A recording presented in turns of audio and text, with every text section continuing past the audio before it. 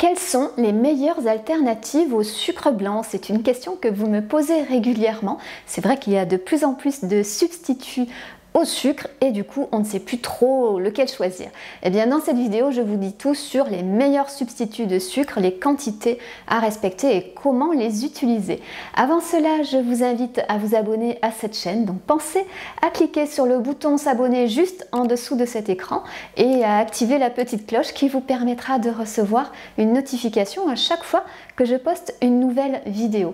Si vous êtes intéressé par le fait de vous désintoxiquer du sucre, le fait de manger plus sainement, d'adopter une alimentation qui vous fait du bien, qui fait du bien à votre corps, à votre santé, à votre bien-être, c'est l'alimentation à index glycémique bas, eh bien je vous propose de télécharger mon guide nutrition bien-être, donc spécial index glycémique bas.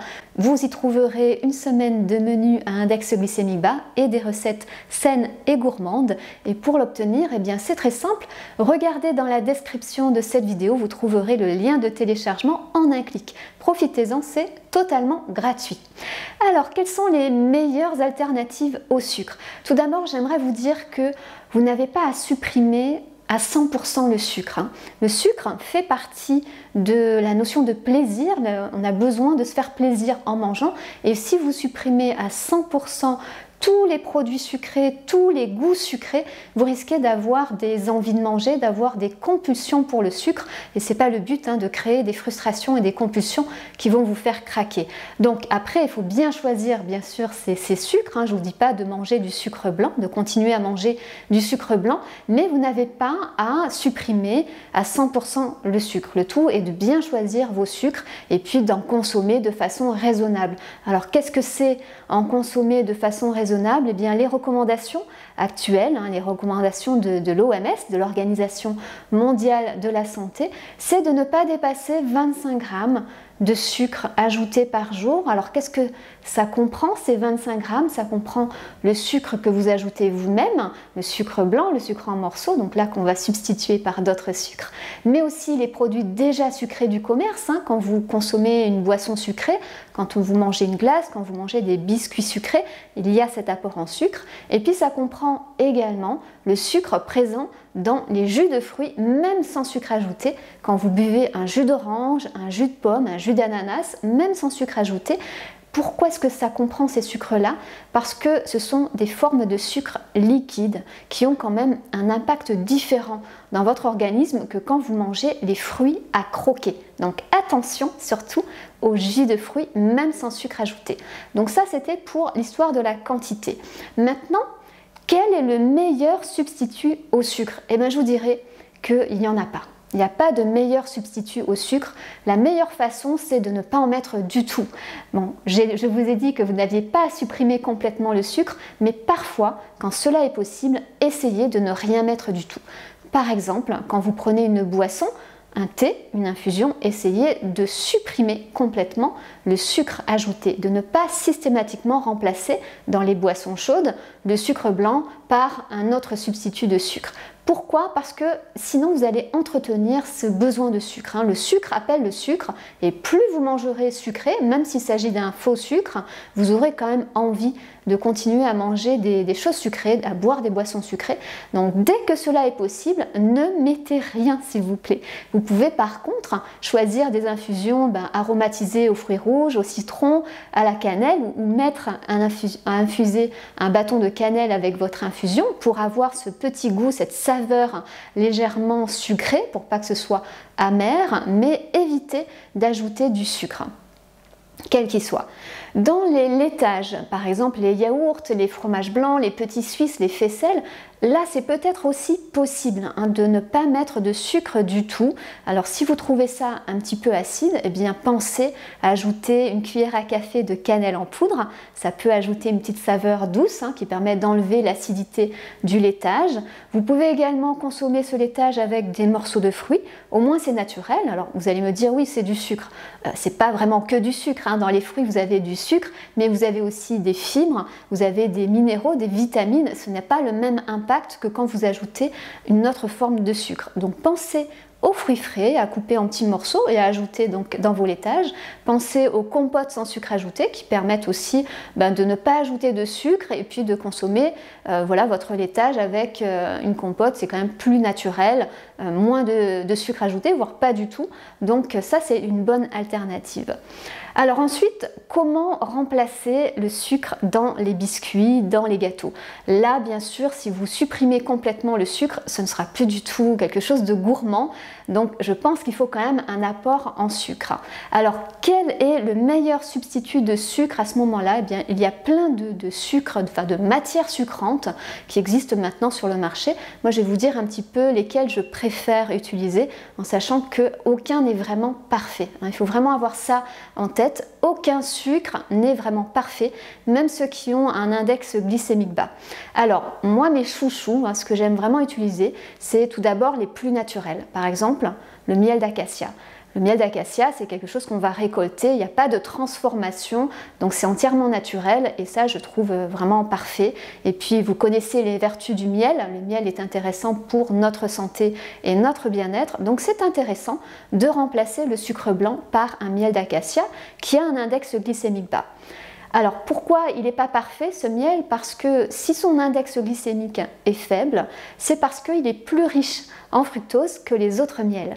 Et vous savez que le fructose, si on en abuse, c'est pas bon non plus pour notre santé. Vous pourrez vous renseigner un petit peu sur les effets d'une consommation importante de fructose. C'est pas bon pour la santé, c'est pas bon pour votre foie notamment, mais je vous le dis, c'est quand on en consomme en excès. Donc n'ayez pas peur de consommer du fructose.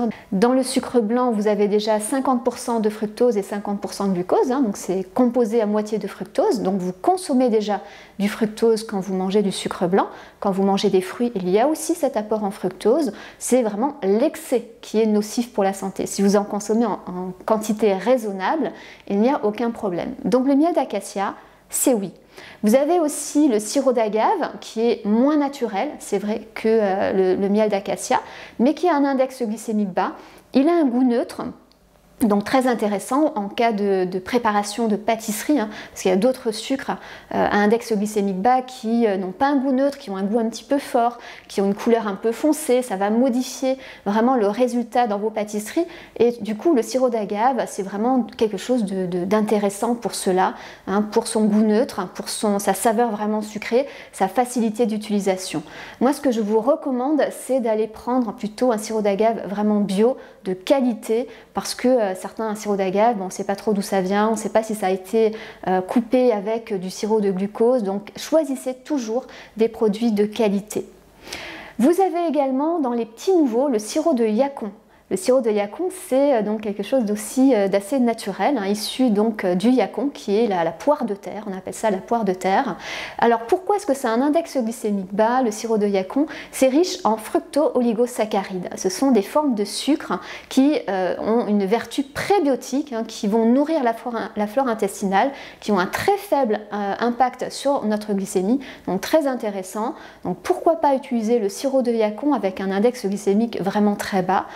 C'est vraiment sympathique comme nouveau sucre. Son inconvénient, ce que je vous dirais, c'est qu'il a une saveur un petit peu particulière, un goût un petit peu particulier qui passe pas forcément bien pour toutes les pâtisseries, et puis une couleur très foncée. Donc ça va dépendre de ce que vous allez préparer comme pâtisserie, ça peut convenir ou pas.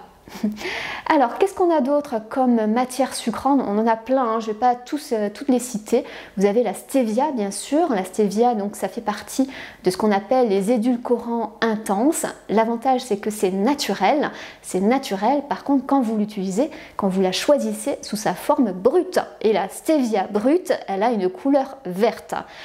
Son petit problème, c'est qu'elle a une saveur un petit peu particulière. Ça rappelle la réglisse, donc ça plaît ou pas. C'est pas forcément facile à utiliser en pâtisserie, et attention parce que la stevia blanche, ce n'est plus une stevia brute, c'est une stevia qui a été transformée d'un point de vue industriel et qui a été coupée, qui a été mélangée avec souvent de l'érythritol.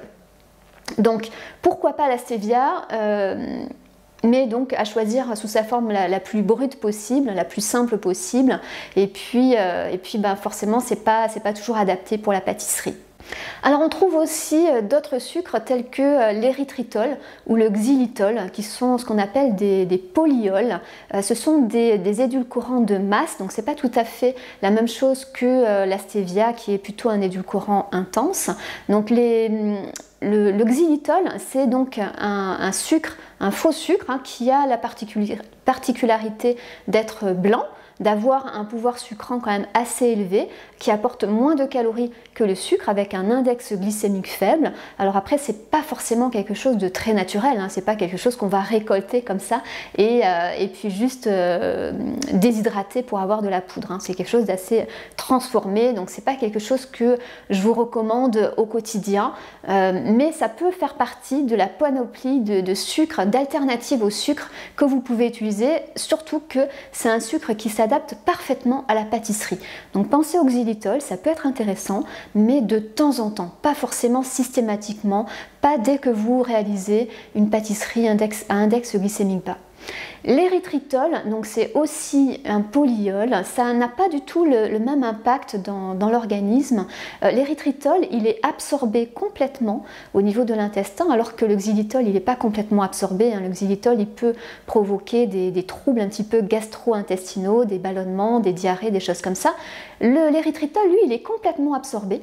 Par contre, il est aussi excrété entièrement donc au niveau urinaire. Donc ça veut dire que notre corps l'élimine après à 100%. Il l'absorbe et ensuite il l'élimine. Alors moi je trouve ça un petit peu particulier. Je ne sais pas vraiment ce que vous en pensez vous, mais une substance que le corps va absorber et puis finalement ne va pas retenir, va l'éliminer à 100%. Je trouve que c'est pas très naturel. Alors ce n'est pas non plus naturel que le xylitol. L'érythritol, c'est pas quelque chose non plus que vous allez récolter et puis donc il va suffire de déshydrater tout simplement. C'est quelque chose aussi de transformé industriellement et c'est pour ça que je vous recommande pas particulièrement d'utiliser l'érythritol, en tout cas pas de façon quotidienne ni abusive. Alors, qu'est-ce qu'on a d'autre comme autre sucre et matière sucrante à index glycémique bas? Vous avez le sucre de coco. Ça, c'est un sucre que j'utilise très facilement, que j'aime beaucoup utiliser en pâtisserie parce que c'est quand même beaucoup plus naturel que le xylitol ou que l'érythritol. Ça a un index glycémique bas parce que c'est riche en inuline. L'inuline, c'est une forme de fibre prébiotique qui a cette particularité de faire baisser l'index glycémique donc quand c'est présent dans un aliment. Et donc le sucre de coco contient de l'inuline et c'est pour ça qu'il a un index glycémique plus faible. C'est naturel, ça contient un petit peu de minéraux, de vitamines, alors pas en quantité importante, mais voilà, le fait que ce soit naturel, je trouve que c'est plus intéressant à utiliser. Au niveau de la saveur, c'est un petit goût un petit peu fort, un petit peu comme le sucre rapadura ou le sucre muscovado, qui est le sucre complet. Par contre, le sucre complet a un index glycémique élevé par rapport au sucre blanc, donc c'est un petit peu kiff-kiff au niveau de l'index glycémique. Donc voilà, vous voyez qu'il y a quand même pas mal de matières sucrantes, de produits sucrants. Il n'y a pas de miracle, il n'y a pas de sucre parfait, ils ont tous leurs petits défauts.